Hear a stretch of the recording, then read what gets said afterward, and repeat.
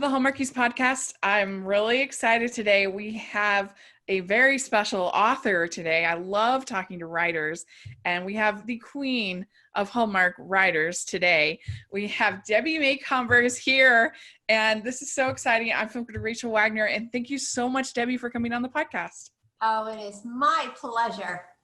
Yeah, this is such a thrill to get to talk with you, and my sister is a author, and so it's really cool for me to get to talk to other authors and get to hear from their experience and how they were able to write stories and become successful. And so this is a thrill for me. And so let's just start off by talking about this crazy time of quarantine and how have you been coping, how you've been doing during these last few months. Well, I think like everybody else, being home has been quite the challenge. Although I have to say, I've really this is the most time I've ever spent with my husband. Yeah. And it hasn't been bad. That's good. We kind of had some fun together, which is great. Yeah. So I've been outside gardening. Him and I take a walk every afternoon, or just right before lunch now. And I've got a little garden planted, and I've been doing a lot of knitting, a lot of reading, a lot of cooking. Oh my goodness, I've gained 10 pounds. Oh no. Because I've been making bread. I'm never home like this, so I bread and cookies and pies. So, all my passions, I've just, dived headfirst into. Of course, writing too. So, yeah, because you have a cookbook, right? 3 cookbooks. Yes. Oh my goodness. Until I always knew being a frequent eater was going to pay off, Yeah. So you have really dove into quarantine baking like the rest of us. Yeah. Oh, yes. Yeah. What's your specialty? What are you known for? Oh, probably pies. I really like to make pies, and our neighbor we have such a wonderful neighbor here that I always make sure that they get at least half the pie. But I've really been into bread baking too. Oh. So I couldn't find yeast for a long time, so I just ordered it in the big 1 pound box and then parceled it out to friends who couldn't find yeast. Yeah. It was tricky for a little while there. You couldn't get yeast. You couldn't get flour. You couldn't get rice. Was hard to find. Yeah. So it was toilet paper, of course. Everybody remembers that. Oh, yes. Do you use butter when you make your pie dough or shortening? Okay, confession time. I buy it. I buy those already pre-made crusts. Yeah, don't blame me for that. Yeah, I am not. My mom makes such delicious pies, and I can never seem to get it right. So I'm with you there on that. Well, that sounds like fun. How long have you and your husband been married? Be 52 years this year. Yeah, 52 years. And I don't know where those years went. It's just unbelievable, to think all that time passing. Congratulations. That's amazing. That's a great accomplishment. Well, how did you get started writing? What was it that kind of got you interested in that field? Well, I've always wanted to be a writer. I've always been a storyteller. Even as a young child, I would go to bed and to go to sleep, I would make up stories in my mind. But I'm dyslexic, and they didn't know how to deal with that when I was growing up. So I didn't learn to read until the 5th grade, and I always struggled in school, and I feel fortunate to have graduated. I can remember in the 3rd grade, the teacher telling my mother, Debbie's a nice little girl, but she's never going to do well. And, it was kind of a self-fulfilling prophecy. And I married as a teenager, and Wayne and I had the 4 babies, and I kept this dream. And the only way I can think to describe it, Rachel, is if you burn yourself, how it throbs with pain, Yeah. But every time I thought about being a writer, I throbbed with joy there would be like this happy anticipation that came over me. But, because of that background, because I had such a negative school experience, I was afraid. I was really afraid to do it. And then after about 10 years after Wayne and I had been married and we had the 4 babies, I had a cousin I was very close to that I grew up with. I mean, we went to the same school, the same church, all vacations and holidays together. And he died of leukemia. And it was as if God was saying to me, if you're ever going to make this leap to be a writer, you need to do it now.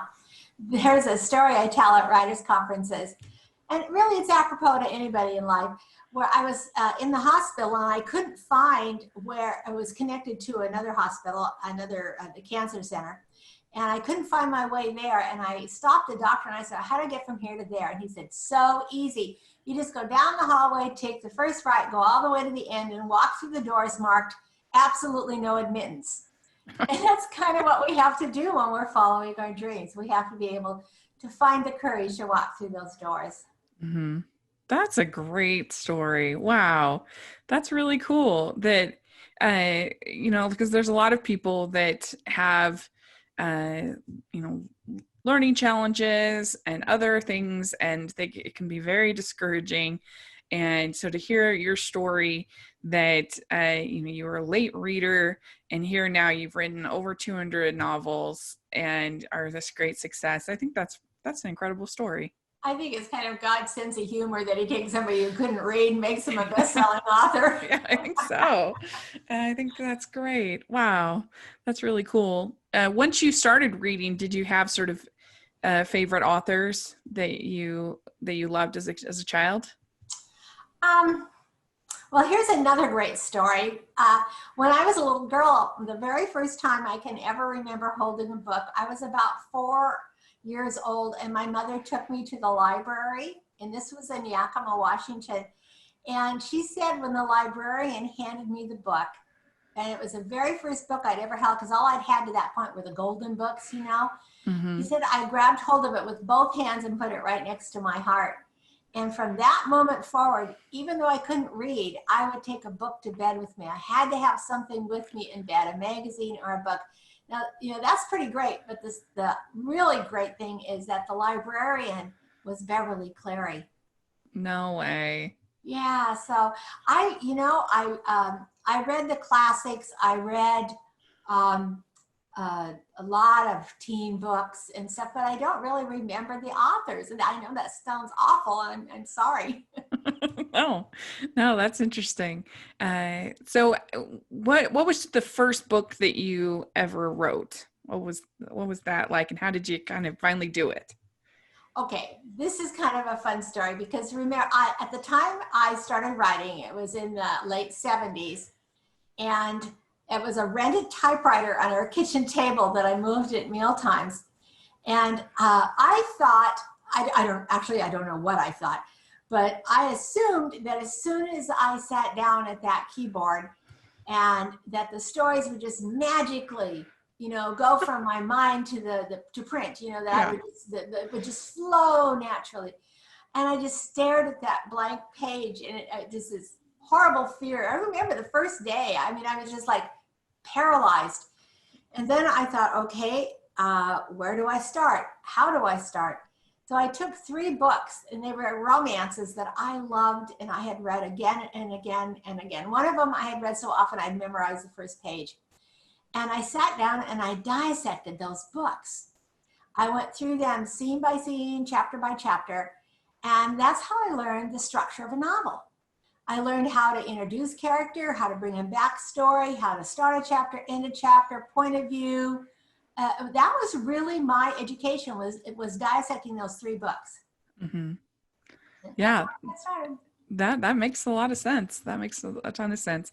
What was your first bestseller? Well, I'm one of those slow build ones. The first New York Times bestseller that I had was called Promise, Texas. And that was at least 20 years into my career. Uh-huh. Yeah. That must have been an exciting moment for you. Yeah. Oh, it was. Oh my goodness. Yes, it was. My husband got me a gold bracelet, and I bought a grandfather clock because it was all about timing. Ah, that's so cool. Wow, you have such kismet in your life. It's amazing. Really clearly. Uh, so would you describe yourself as a pantser or a plotter? Oh, definitely a plotter. Yeah. Definitely a plotter. Because that is the gift. I mean, Yeah. that's part of what being dyslexic is, having that creative mind. Like Mhm. I said, I've been creating stories from the time I was 8 years old. And I had to learn to be the writer. And I have a theory about writers, Rachel. So let me tell you my theory. Yeah, First of please. all, there's three different kinds of writers in the world. There are the writers like my friend Linda Miller. That girl can spin words like nobody's business. Yeah. I mean, she can create the most beautiful word pictures that you can imagine. But she had a very hard time telling a story. She would get so caught up in the beauty of her words. But once her storytelling ability matched her writing ability, she sold. And then there's people like me. I was a natural born storyteller, but I didn't know how to write. So once I learned because words just get in the way. I want to tell the story. I don't want to Yeah. stop and describe things. So once my writing ability matched my storytelling ability, that's when I sold. And then the third person is one of those very gifted people who possess both the ability to weave words and the ability to tell a story. And they almost always sell quickly, and they're almost always one book wonders because they don't know what they did right. And all Right. this pressure is put upon them to do it again, and they don't know. They don't have that foundation of Interesting. rejection and learning and trying again. And you know, I could name a dozen authors I know that are one book wonders. They may have published other books after that, but they would never achieve the level of success that they did in the first book. Like Harper Lee or someone like that. Yeah, definitely. Yeah. Yeah. That's interesting. Yeah. But I like the fact that it seems like you took your dyslexia and you actually made it a strength, something that actually helps your writing become stronger. And I think that's a really important lesson that we can all use, is that whatever who we are, the pluses, the minuses, all the different parts of us, we can use that to be a strength in our lives. You are so right, Rachel. And when I talk to kids that are dyslexic, I tell them, you have a gift. And when you find what that gift is, you will soar. You will soar. That's great. I love that. So what is it about romance that you especially are drawn to, you think? Well, I think all of us, well, I don't know about everybody, but I am one of those people that I am the eternal optimist. And I guess I live life like an idealist too. I expect happy endings. If I'm going to invest in a book and I want to come away feeling good.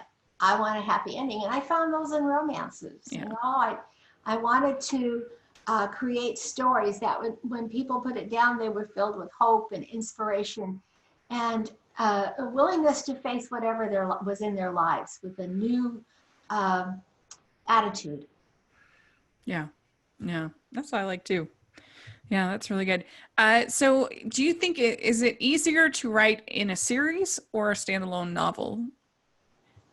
I don't have a real opinion on that. I've written many standalone novels and I've written many series. I will tell you that the series usually get the best attention, you know? Yeah. Yeah. Interesting. So the first book that was adapted into a movie for Hallmark, at least, is Mrs. Miracle. And so how did you get the idea for that character? And was Doris Roberts similar to what you were thinking of?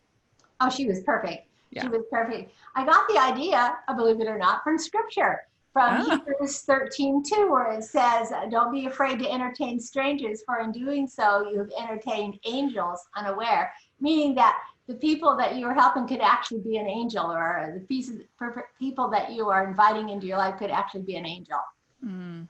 So are you a big Christmas person? I guess.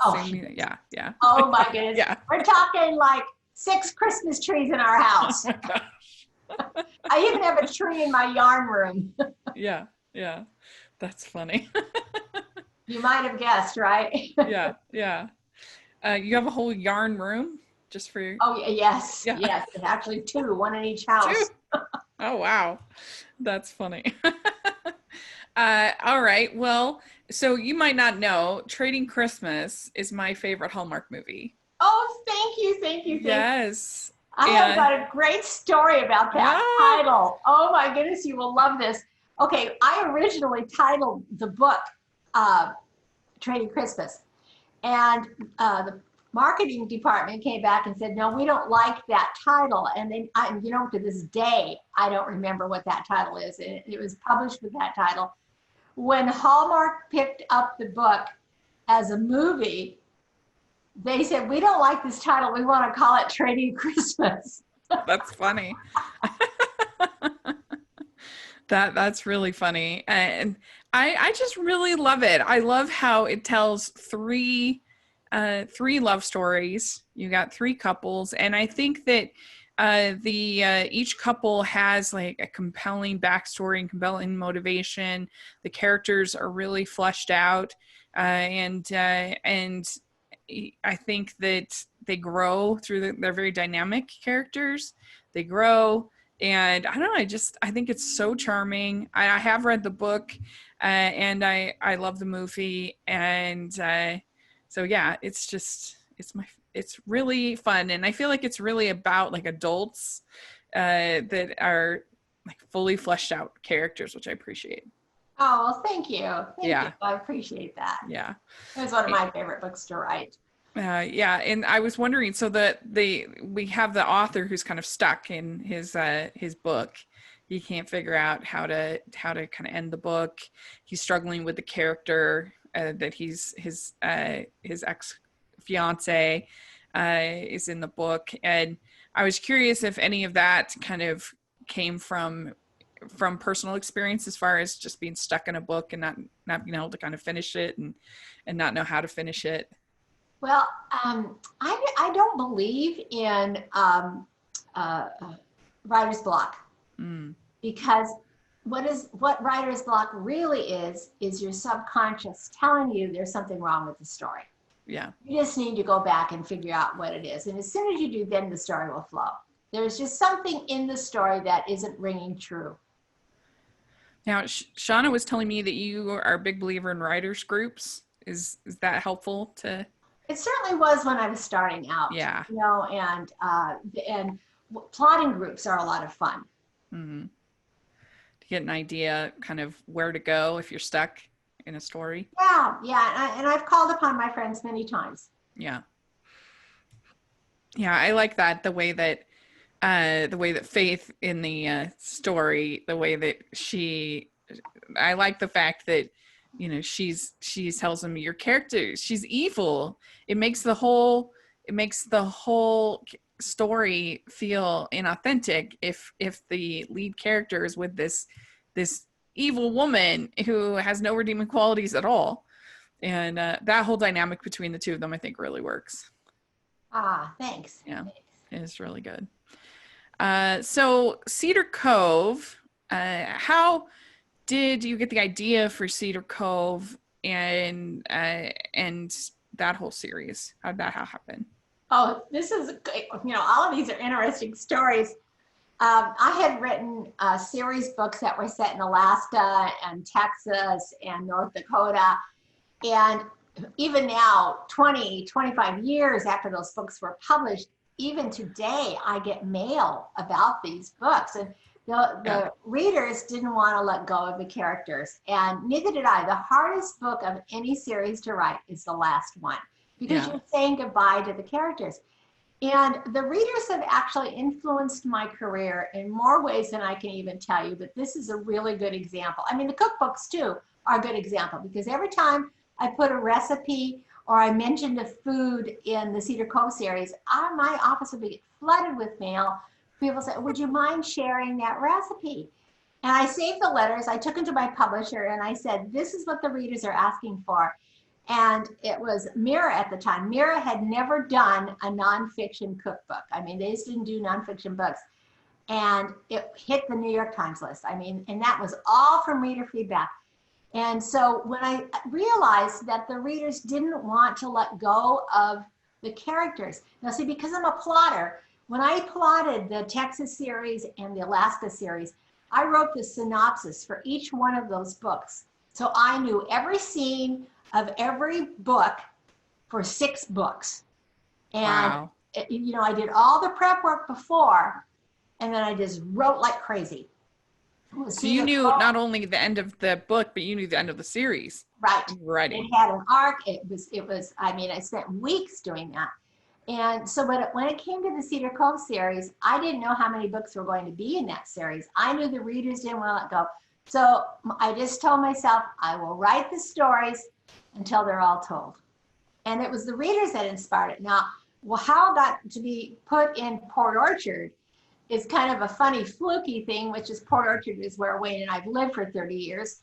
And the hardest thing to do in a series is remember where I put everything, where the drugstore is and where the cafe is in relationship to everything else. So I thought, I'll just put it in my hometown here because I know where everything is. And it worked really well. Yeah. That's funny. It seems so obvious to do that kind of planning as far as your series goes. So many, I think, forget that and I don't know if it's just that they're not really planning on it being a series. They're thinking it'll just be a standalone and then it becomes a series. And so then it kind of gets out of control. But yeah, there's so many where you get to the final book and you're like, oh, that wasn't very good. The payoff wasn't very good. I mean, even just the recent Star Wars movies, you could tell they did not have a plan. Oh. And so it was frustrating. Very, very frustrating. Or they go on, I think, longer than they had planned. They extend it. And so then, I don't know, things get messy. So, yeah. How did you feel about the whole Cedar Cove show? And how do you feel about that adaptation? I thought they did a really excellent job. I was very pleased with the actors and, every aspect of it. We had a wonderful showrunner, Sue Tenney, who, it didn't always adhere to the books, but that was fine. I had one movie before Hallmark started producing my books into movies. And, I have no idea why they ever bought the book because it was nothing like the story. The only thing I could relate to was the characters' names. And I was so upset, and I was complaining to my husband, who has a very succinct way of explaining things to me. And he went, Debbie, the check cleared. When you sign that contract, you are giving them, and they can do whatever they want. Right. Still must be kind of hard, though. It is hard to look over and see them twist your baby, but that's all right. The check cleared. Right. Yeah. What can you do? So, yeah. So when you are writing, do you ever imagine different actors playing different roles? I don't. Yeah. I don't at all. The characters are just people in my mind, Yeah. Unique brains people. are just wandering around my mind. Yeah. That's interesting. So how do you stay motivated to keep writing? And do you ever just like, I think I might be done. How do you stay kind of energized? Well, usually I just joke around and say it's a house payment that keeps me writing. That's not true at all. That's a motivation. I love what I do so much. I feel blessed every single day when I sit down at this computer. I have stories to tell, and I think I'll probably die with a book in progress. Yeah, that's great. Do you have a favorite of your novels? Well, currently right out now, it's called A Walk Along the Beach. And it is really the book of my heart, dedicated to one of my very best friends, another writer who died 2 years ago from cancer. And, I would say it is my favorite book because, I've had a very long history. There are lots of favorite books. But the book that's out right now really is close to my heart. That's great. Well, we'll have a link down in the description if people want to check that out. So we like to end with just some fun questions, Okay. silly questions. So here we go. What is the best ice cream flavor? I like rum raisin. Oh, yum.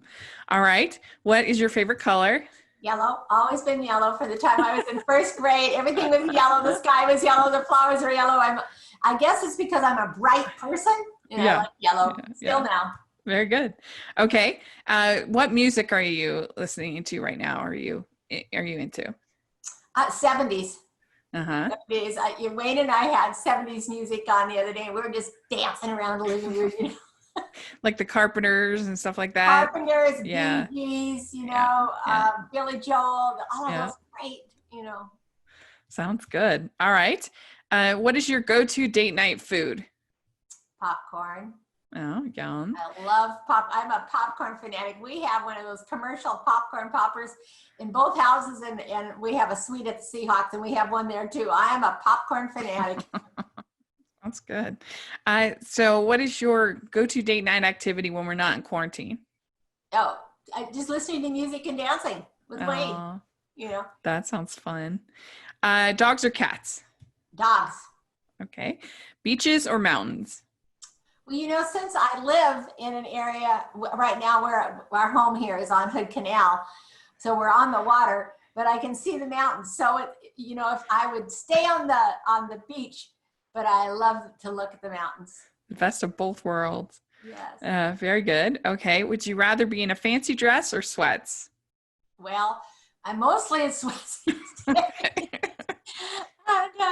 So let's just say sweats. Good. All right. What is your favorite holiday? Christmas. Yes. Okay. And last question, you can use one of your own. What is your favorite Hallmark movie? Mrs. Miracle, because it is one of my own, and I'm sorry to say that because it sounds like I'm bragging, but it was the very first one, and it was a magical moment, an angelic moment to meet Doris Roberts and to be her friend. Mm-hmm. Yeah, I think that's a lot of people's favorites. It's a classic.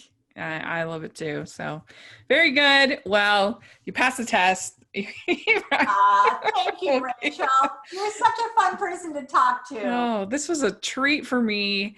I really enjoyed getting to know you and talk to you, and it's a very inspirational story. I think it would give anybody who's frustrated that they have dyslexia or any number of challenges, and to be able to come out and hear your story and know that there can be really great things ahead, I think is awesome. And so thank you so much. And do you have any social media or website or anything like that you want to share?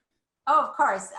I'm all over the place. You can. My website is debbiemacomber.com. I'm on Tweet. I'm on Twitter. I'm on everything that you can think of. Facebook. I'm there. You can't. Don't even try to hide from me because I'll find you. Yes. So we'll have all of that in the description section as well. Make sure you're all following Debbie and checking out. What's the latest book again? A Walk Along the Beach. Walk Along the Beach. Check out Walk Along the Beach. And thank you so much again. I really appreciate you coming on and talking with us. Rachel. I am blessed, and God bless you too. All right. I'd like to thank Debbie for coming on the podcast. This was really a thrill for me. I really enjoyed talking with her. And so please subscribe to all her content, check out her book, and you can make sure you're following us at the Hallmarkies Podcast, at Hallmarkies Pod, Hallmarkies Podcast, all over social media. And if you're listening on iTunes, please leave us your ratings and reviews. It really helps us out a lot. And if you are watching on YouTube, please give us a thumbs up and subscribe to the channel. It helps us out a lot. And you can follow me at Rachel's Reviews all over social media, iTunes, YouTube, and on Rotten Tomatoes. I'd really appreciate checking that out. We have our Patreon group, which has been having so much fun lately, and you get into our special Facebook group, and we have lots of fun conversations about all of our interviews and all of everything that's going on. So please check that out. We also have our watch-alongs, and then we have our merch store, which has tons of fun Hallmark-inspired merch. So please check that out as well. So thank you so much to Debbie. This was great, and I will talk to you all later. Bye, everyone.